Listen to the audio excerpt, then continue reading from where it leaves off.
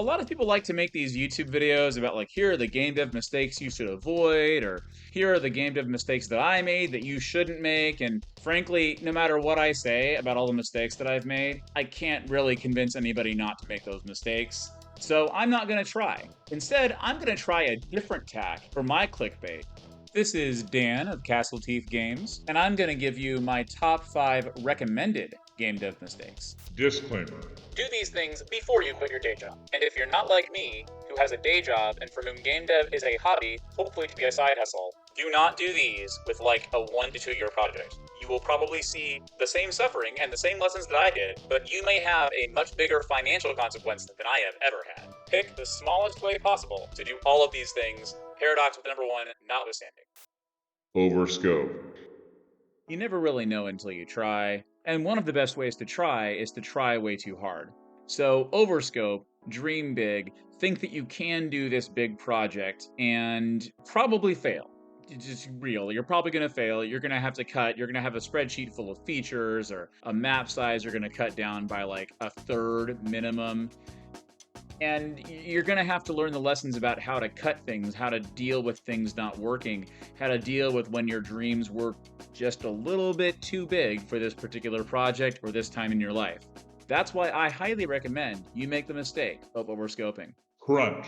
If you're creative, sometimes you end up crunching just by default because you just really want that project to get done. And even if you don't have an external deadline, you want it to happen.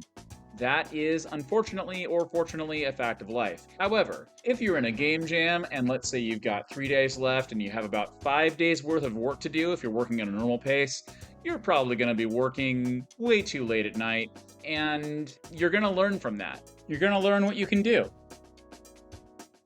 And this is not the same thing as me saying that everybody should crunch when their employer asks them to. It's a whole other set of issues. I am not qualified to speak on that. I have a day job that I leave at the door. It will happen to you at some point with any project of almost any deadline. Make that mistake now so that you can make it better later. And a bonus is that if you go through that fire with somebody else, you sort of have like a blood brother bond. You wouldn't necessarily get that same level if everything had gone well. Be wrong. Really, just be wrong and get used to being wrong and get comfortable with speaking confidently enough that you can believe what you're saying, but also having a big enough view of reality and a humble enough view of yourself to know when you're wrong and to be wrong correctly. Just get used to being wrong because it's going to happen a lot. Whether or not you take this recommendation, you will take this recommendation. Are you going to recognize that you are wrong?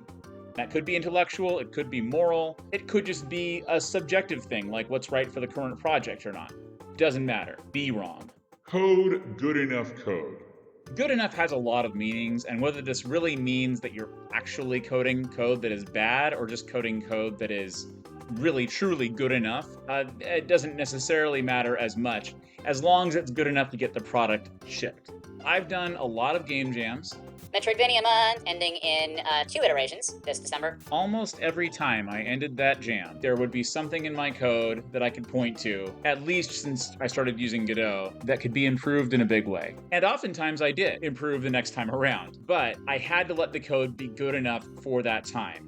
If you could call that out as maybe not being a true game dev mistake to make. But I'm going to call it a mistake, and I'm going to recommend that you make the mistake of coding what's just good enough to get that project shipped. Do it all yourself.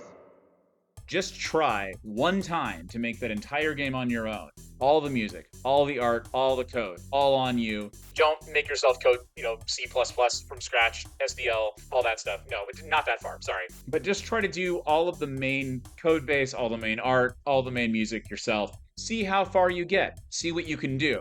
It's probably a bad idea to try and do as much of the project as you actually can yourself, but I think it can also be instructive. You learn a lot about yourself, you'll learn a lot about what you do and don't like. Not only will you have a better appreciation of your own limits, but you'll also have a better appreciation for what that person on the other end is going through. If, for example, you're a code lead and they're the ones handling the visual assets or the music, you now have a better idea of exactly what it might look like if you had to do those things, instead of being that person who's not tried and doesn't really have that context. So again, 1. Overscope. 2. Crunch. 3. Be wrong. 4. Code good enough code. 5. Do it all yourself. I've been Dan of Teeth Games. If I've missed any recommendable mistakes out, please let me know in the comments. Also, I'm working on a game that's going to be coming to Steam next year called Little Beast and the Big Maze, and it's a Metroidvania with some atmosphere and vibes and some fairy tale shenanigans. So if you think that sounds like your jam, please check it out, give it a wish list, tell your friends.